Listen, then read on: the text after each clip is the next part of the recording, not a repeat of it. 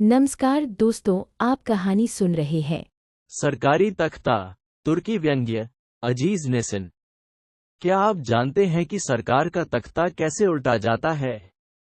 कृष्ण किरण की कहानी चैनल पर आपका स्वागत है। कहानी बहुत ही रोचक है। कहानी सुनने से पहले आप चैनल को सब्सक्राइब कर लें। कहानी पसंद आने पर वीडियो को लाइक एवं शेयर जरूर करें। आपका यह सहयोग अमूल्य है। कहानी आगे।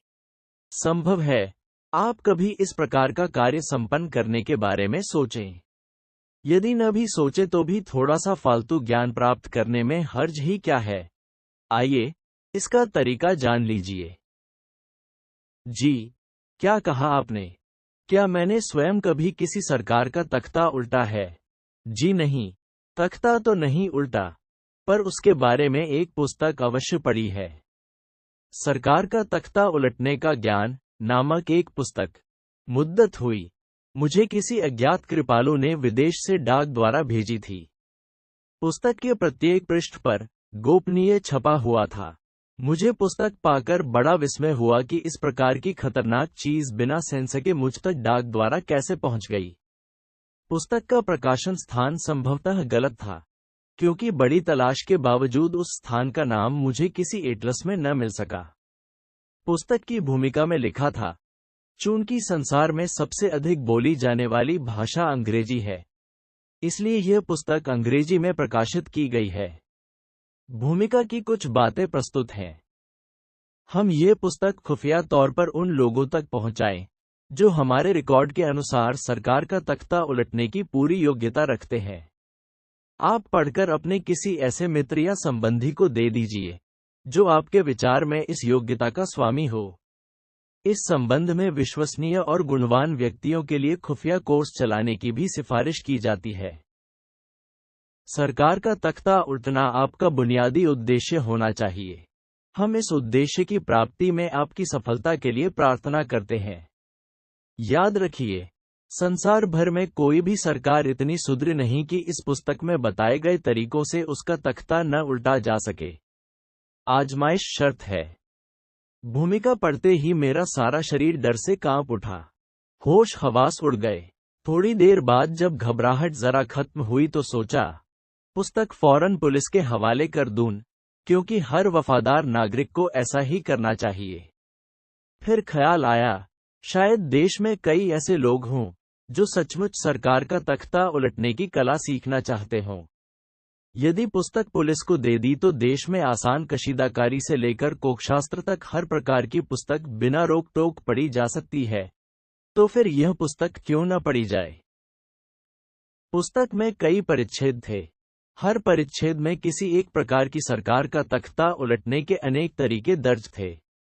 सरकार की प्रकृति, देश के लोगों की अपनी विशेषताएं और तख्ता उल्टने वालों के लक्ष्यों एवं उद्देश्यों के अनुसार हर तरीका दूसरे तरीकों से भिन्न था। पुस्तक की शैली बहुत मधुर और आकर्षक थी। पढ़ने वालों को ऐसा अनुभव होता मानो कोई स्वादिष्ट व्यंजन या बढ़िया सा सूप बनाने की विधि पढ़ रहे हों। वास्तव में सारी पुस्तक की दिलचस्पी का भेद उसकी आकर्षक लेखन शैली में छुपा हुआ था। पुस्तक पढ़ने वाले के मन में ख्वाहमख्वाह वर्तमान सरकार का तख्ता उलटने की तरफ उफनने लगती थी। मुझ जैसा डरपोक इंसान भी पुस्तक के कुछ परिच्छेद पढ़ते ही अपने आप को प्रसिद्धतम क्रांतिकारियों का समकालीन समझने लगा। अब आप नमूने के तौर पर इस अद्वितीय पुस्तक के विभिन्न परिच्छेदों के शीर्षक पढ़िए। स्थान की कमी के कारण हर परिच्छेद का केवल शीर्षक ही लिखा जा सकता है। विस्तार में फिर कभी जाएंगे। 1. लोक शत्रु सरकारों का तख्ता उलटने की तरकीब। 2. तानाशाही से छुटकारा प्राप्त करने के तरीके। 3. डरपोक क्रांतिकारियों को प्रोत्साहन देने के सफल नुस्खे। 4. अत्याचार पे सरकारों के विरुद्ध जनता को विद्रोह पर उकसाने की विधियां। 5. वायदे भूल जाने वाली सरकारों से छुटकारा पाने की राहें। 6.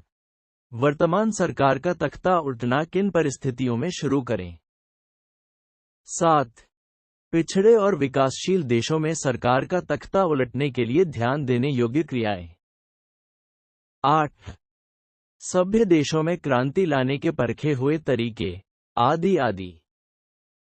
चून की पुस्तक का अंतिम परिच्छेद पूरी पुस्तक में सबसे अधिक अपील रखता था, इसलिए अंतिम परिच्छेद में लिखी तेजी से प्रभाव डालने। कहानी सुनना एक अच्छी आदत है और आपकी रुचि में बहुत ही गहराई है। अगर अभी तक आपने चैनल को सब्सक्राइब नहीं किया है तो चैनल को सब्सक्राइब करें और कमेंट बॉक्स में कहानी कैसी लगी जरूर लिखें। तो आगे बढ़ते हैं। वाली विधियां पाठकों की सेवा में प्रस्तुत की जा रही हैं। मुझे विश्वास है आप ये परिच्छेद केवल एक बार गौर से पढ़ने के तत्काल बाद बेकाबू होकर इस विधि को कार्यान्वित करने के लिए उठ खड़े होंगे। यहाँ एक बात और स्पष्ट कर दूं, इस विधि से सरकार का तख्ता उलटने में किसी प्रकार का खतरा नहीं। न आपको फांसी के तख्ते पर लटकाया जा सकता है और न जेल भेजा जा सकता है। कारण ये है कि तख्ता उलटने के बावजूद स्वयं सरकार को भी पता नहीं चलेगा कि यह हरकत किसने की है। अतः अंतिम परिच्छेद बिल्कुल निर्भीक होकर तन्मयता से पढ़िए। किसी जमाने में महाद्वीप गमटी के उत्तर पूर्व में पर्वत पेमा और जगाधरी दरिया के बीच में एक पर्वतीय देश स्थित था, जिसका नाम था खाकान। खाकानी बड़े दिलचस्प और सीधे सादे लोग थे, पर स्वयं को काफी चालाक समझते थे। इस वर्ष फरवरी महीने तक देश में जिंदाबाद पार्टी सत्तारूढ़ थी। उस महीने के चुनाव में ये पार्टी हार गई और औलादे वतन पार्टी ने सरकार बना ली। यह परिवर्तन देश के इतिहास में एक महत्वपूर्ण घटना थी। औलादे वतन का लीडर कागान खां था। वह बुरा आदमी नहीं था। विश्व सम्मेलनों के दौरान सोए रहना और अगर जाग रहा हो तो नाक में उंगली फेरना, बस यही उसकी दो बड़ी बुराइयां थीं। चुनाव जीतने पर कागान खां देश का प्रधानमंत्री बन गया। ये बात विरोधी जिंदाबाद पार्टी को एक आंख न भाई। वह हर कीमत पर औलादे वतन पार्टी को सत्ता से हटाना चाहती थी। अतः सबसे पहले विरोधी पार्टी ने अपने अखबारों में कागान खां और उसके साथियों पर आरोप लगाया कि वे सब चोर हैं।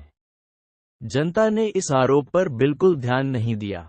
लोगों का कहना था कि एक निकम्मे व्यक्ति को केवल इसलिए देश का प्रधानमंत्री बना देना कि वह चोर नहीं है, सरासर गलत नीति है। प्रधानमंत्री ऐसा होना चाहिए जो कम से कम सरकार का काम तो चला सके, चाहे चोर ही क्यों न हो। लोग सचमुच न्यायसंगत थे, क्योंकि जिंदाबाद पार्टी के नेताओं ने भी अपने राज्यकाल में कोई कम चोरियां तो नहीं की थीं। जब विरोधी पार्टी ने देखा कि उनकी यह चाल कारगर साबित नहीं हुई, तो उन्होंने अफवाह उड़ा दी कि कागान खां तानाशाह है और जनता की स्वतंत्रता समाप्त करने पर तत्पर है। जनता ने इस अफवाह पर भी कान न धरे। मतलब ये कि उन्होंने कागान खां को सत्ता से हटाने के लिए सभी लोकतांत्रिक तरीके आजमा लिए, पर किसी में सफलता न मिली। अतः उन्होंने जनता को औलादे वतन पार्टी की सरकार के विरुद्ध विद्रोह करने पर उकसाने का क्रांतिकारी तरीका अपनाया। यह उनकी बुनियादी गलती थी, क्योंकि विद्रोह किसी अन्य देश में तो सफल हो सकता था, पर खाकानी जनता के स्वभाव और उनकी सांस्कृतिक परंपराओं को विद्रोह नाम की किसी चीज की हवा तक नहीं लगी थी। न ही उन लोगों के खमीर में हिंसा की मिलावट थी कि उन्हें विद्रोह पर तैयार किया जा सकता। इस तरह राष्ट्र के लिए सरकारी आदेशों की अवज्ञा में विद्रोह करना बिल्कुल असंभव था। जब सरकार से छुटकारा प्राप्त करने का कोई तरीका सफल न हुआ, तो जिंदाबाद पार्टी के नेता गर्ग खां ने पार्टी के सदस्यों का विशेष अधिवेशन बुलाया और सदस्यों को यूं संबोधित किया। प्रिय मित्रों, इस निर्दयी सरकार का तख्ता उलटने में हमारी पार्टी को जो असफलता मिली है, उसका बड़ा कारण ये है कि हमने क्रांति के ऐसे तरीके अपनाए जो अन्य देश में प्रयुक्त किए जाते रहे हैं, जबकि जरूरत इस बात की थी कि हम अपनी राष्ट्रीय संस्कृति और स्थानीय वातावरण तथा परंपराओं को देखते हुए कोई शुद्ध देसी नुस्खा इस्तेमाल करते। आप सब जानते हैं, हर देश का अपना अलग परिवेश होता है और हर राष्ट्र की अपनी विशिष्ट विशेषताएं। अब हमें चाहिए कि कोई ऐसा तरीका ढूंढें जो हमारी जनता की आत्मा और राष्ट्रीय प्रकृति के अनुकूल हो। इस संबंध में मैंने अपने राष्ट्रीय इतिहास का गहन अध्ययन करके सरकार का तख्ता उलटने का एक शुद्ध देसी तरीका ढूंढ निकाला है, जिसका उदाहरण आपको दुनिया के किसी अन्य देश के इतिहास में नहीं मिलेगा। अगर आप लोग मेरी तजवीज़ गौर से सुनें, तो मैं आपको विश्वास दिलाता हूं कि कागान खां की सरकार का ढांचा 2 माह के अंदर धड़ाम से जमीन पर आ गिरेगा और खुदा ने चाहा तो सत्ता हमारे और आपके हाथों में होगी। अधिवेशन में उपस्थित लोग गर्ग खां की खोज के बारे में और विस्तार से सुनने के लिए एकाग्रचित हो गए। गर्ग खां ने भाषण जारी रखा। बड़े खेद की बात है कि हम लोग अपने व्यक्तिगत अनुभवों को भूलकर दूसरों के रेडीमेड नुस्खों की तलाश में मारे मारे फिरते रहे। यही हमारी गलती है। आइए जरा मिलकर सोचें कि हम स्वयं सत्ता की गद्दी से कैसे हटाए गए थे। इसलिए कि जनता को हमसे सख्त नफरत हो गई थी। लोग हमें बेहद संदेह की दृष्टि से देखते थे, अतः उन्होंने हमें सत्ता से यूं हटा दिया जैसे मक्खन से बाल निकाला जाता है। अब हमें चाहिए कि सत्तारूढ़ पार्टी के लोगों को सत्ता से हटाने के लिए हम भी हूबहू वही तरीके अपनाएं जिनसे हम लोगों को सत्ता से हटाया गया था। आइए हम सब अपनी पार्टी से त्याग पत्र देकर औलादे वतन पार्टी में शामिल हो जाएं। इस पार्टी को खचाखच अपने आदमियों से भर दें ताकि जनता की नफरत हमारी पार्टी से हटकर हमारे आदमियों के साथ सत्तारूढ़ पार्टी के विरुद्ध केंद्रित हो जाए। यही नफरत अंततः सरकार का तख्ता उल्टकर रख देगी।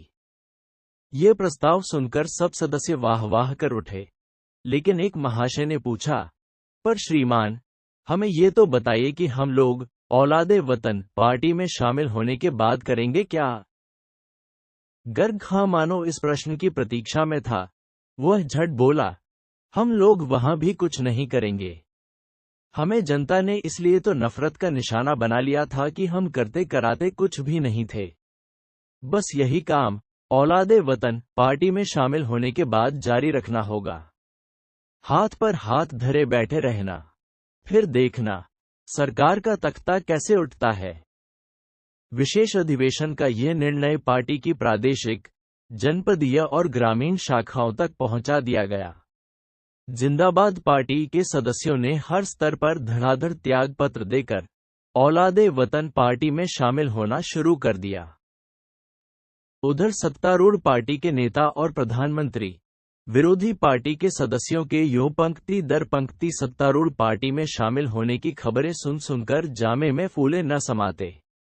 उनके विचार में सत्तारूढ़ पार्टी की लोकप्रियता दिन प्रतिदिन बढ़ती चली जा रही थी और विरोधी पार्टी का सारा जोर तेजी से टूट रहा था। अपनी पार्टी की लोकप्रियता का लोहा मनवाने के लिए प्रधानमंत्री ने पार्टी के वार्षिक अधिवेशन का आयोजन कर डाला। उद्घाटन समारोह में जब प्रधानमंत्री कागान खां मंच पर आया तो लोगों ने बड़ी देर तक तालियां बजा बजाकर उसका स्वागत किया। कागान खां माइक्रोफोन हाथ में लेकर बोला, मेरे प्यार। अभी वह इतना ही कह पाया था कि श्रोताओं ने नारे लगाने और तालियां बजानी शुरू कर दी। जनता ने इतने जोश खरोश का प्रदर्शन किया कि प्रधानमंत्री के लिए भाषण देना कठिन हो गया। उसने कई बार प्रयत्न किया कि कम से कम अपने आरंभिक वाक्य, मेरे प्यारे मित्रों और भाइयों, ही पूरा कर पाए, पर हर बार लोगों के नारों और तालियों के शोर के कारण मेरे प्यार के बाद उसके मुंह से निकलने वाली कोई बात समझ न आई। श्रोताओं में एक बड़ी संख्या विरोधी पार्टी के उन सदस्यों की थी जो अब औलादे वतन पार्टी में शामिल हो चुके थे और जिन्हें अपने राज्यकाल में पिछले प्रधानमंत्रियों के भाषणों के दौरान नारे लगाने और तालियां बजाने की आदत पड़ चुकी थी। थोड़ी देर बाद एक अवसर ऐसा आया कि कागान खां तालियों के मध्यवर्ती विराम से लाभ उठाते हुए ये कहने में सफल हो गया, मेरे प्यारे मित्रों और भाइयों, मैं आपसे प्रार्थना करता हूं कि वायुमंडल फिर नारों और तालियों से गूंज उठा। अगले विराम तक कागान खां दांत मुठियां भींचता रहा, फिर बोला, अब आप अशिष्टता की हद तक पहुंच रहे हैं। प्यारे, तालियां और नारे पहले से कहीं अधिक तीव्रता धारण कर गए। प्रधानमंत्री गुस्से से लाल पीला हो रहा था। अंततः तीव्र झल्लाहट की अवस्था में वह चिल्लाने लगा, बकवास बंद करो, कमबख्तो प्यारे। यूं लगता था जैसे प्रधानमंत्री को हिचकी आ रही हो। उसका कोई वाक्य पूरा न होने पाता, किसी को उसकी बात समझ न आती और लोग फिर अंधाधुंध नारे लगाने तथा तालियां बजाने में मग्न हो जाते। प्रधानमंत्री का गुस्सा पराकाष्ठा पर पहुंच चुका था, पर उसे समझ में नहीं आता था कि करे तो क्या करे। आखिर वह गुस्से पर काबू पाते हुए खिसियानी सी हंसी हंसा और एक बार फिर लोगों से संबोधित हुआ। भाई, खुदा के लिए शोर मत कीजिए, गड़बड़ न मचाइए। प्या। जब कागान खां ने देखा कि यहाँ कोई सुनवाई नहीं, तो वह शोरगुल से बेपरवाह होकर काफी देर अनाप शनाप बोलता रहा। अंततः मंच से उतरकर अपनी सीट पर जा बैठा।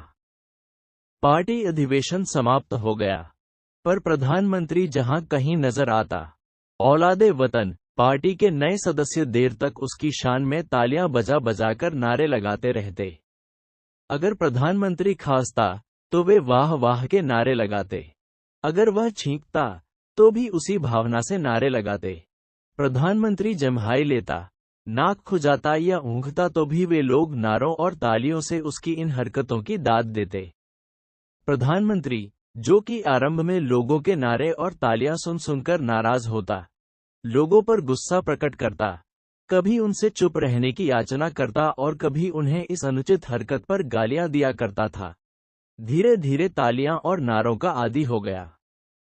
कुछ ही समय बाद उसे अपनी शान में उठने वाले नारों और तालियों का इतना नशा लग गया कि अगर कभी उसके ऊँघने पर ये आवाजें बंद हो जाती, तो वह चौंक कर उठ बैठता और अपने इर्द गिर्द यूं नजर दौड़ाता, जैसे लोगों से जवाब तलबी कर रहा हो कि तालियां क्यों बंद कर दी गई हैं, नारे क्यों खामोश हो गए हैं। ये क्रम यूं ही चलता रहा। कुछ समय बाद लोगों में अफवाहें फैलानी शुरू हो गईं कि प्रधानमंत्री कागान खां का दिमाग चल गया है। बस फिर क्या था, जो दुर्दशा किसी पागल की होती है, वही प्रधानमंत्री और उसकी औलादे वतन पार्टी की हुई। 2 माह के अंदर अंदर उस पार्टी की सरकार का तख्ता उलट गया। सम्मानित पाठकगण, हमें चाहिए इतिहास की इस महत्वपूर्ण क्रांति से शिक्षा प्राप्त करें। अगर सरकार का तख्ता उलटने से बाकी सब तरीके असफल हो जाएं, तो यह आखिरी तरीका आजमाना न भूलिए। दुनिया की सुदृढ़तम सरकार भी इस तरीके की बात न लाते हुए दम तोड़ देगी। कहानी समाप्त हुई। आपको कहानी कैसी लगी कमेंट बॉक्स में लिखकर जरूर बताएं। धन्यवाद।